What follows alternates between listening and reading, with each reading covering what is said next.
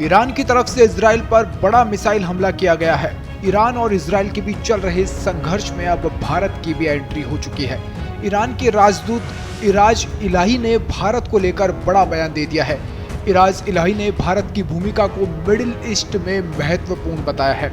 इसके अलावा इराज इलाही ने इजरायली पीएम बेंजामिन नेतन्याहू को इस सदी का नया हिटलर भी बता दिया है और इजराइल को धमकी दी है कि अगर वो बाज नहीं आया तो ईरान फिर से उस पर हमला कर देगा। भारत में ईरान के राजदूत इराज इलाही ने ईरान के हमले को इजराइल के खिलाफ जवाबी कार्रवाई भी बताया। इसके अलावा इजराइल को चेतावनी भी दी है और कहा है कि अगर इजराइल ईरानी संपत्तियों और उसके हितों पर हमला करने से बाज नहीं आया तो ईरान बार बार ऐसे हमले कर कर उस पर करना जारी रखेगा।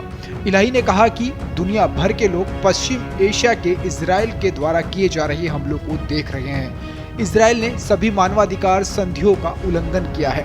गाजा और दक्षिण लेबनान में लगातार रक्तपात हो रहा है जिससे लोग गुस्से में हैं।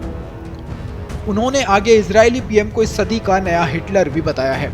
इजराइल पर मिसाइल हमले को लेकर उन्होंने जवाबी कार्रवाई बताते हुए कहा कि ईरान अपने अंतर्राष्ट्रीय हितों और राष्ट्रीय सुरक्षा को लेकर मजाक नहीं करता है।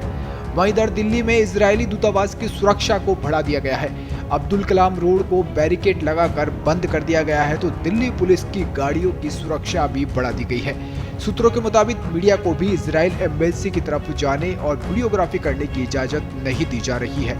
इजराइल पर ईरान के हमले के बाद मिडिल ईस्ट में तनाव का माहौल है। ऐसे में भारत में इजरायली एम्बेसी पर किसी भी साजिश को रोकने के लिए दिल्ली में कड़ी सुरक्षा कर दी गई है। मध्य पूर्व में जंग के हालात बढ़ते ही भारत ने इजराइल और ईरान में हो रहे भारतीयों के लिए एडवाइजरी जारी की है। विदेश मंत्रालय ने एडवाइजरी जारी करते हुए भारत के लोगों को ईरान की सभी गैर जरूरी यात्रा से बचने की सलाह दी है। इससे पहले विदेश मंत्रालय ने इजराइल में रह रहे भारतीयों के लिए एडवाइजरी जारी की थी। विदेश मंत्रालय ने भारतीयों की सुरक्षा प्रोटोकॉल का पालन करने की भी सलाह दी थी और अब यहां की यात्रा करने के लिए एडवाइजरी जारी कर दी है। आपको बता दें, इजराइल और हिजबुल्लाह के बीच लगातार तनाव बढ़ता जा रहा है और ईरान की तरफ से भी अब इजराइल पर बड़ा मिसाइल हमला कर दिया है जिससे हालात और ज्यादा तनावपूर्ण हो चुके हैं।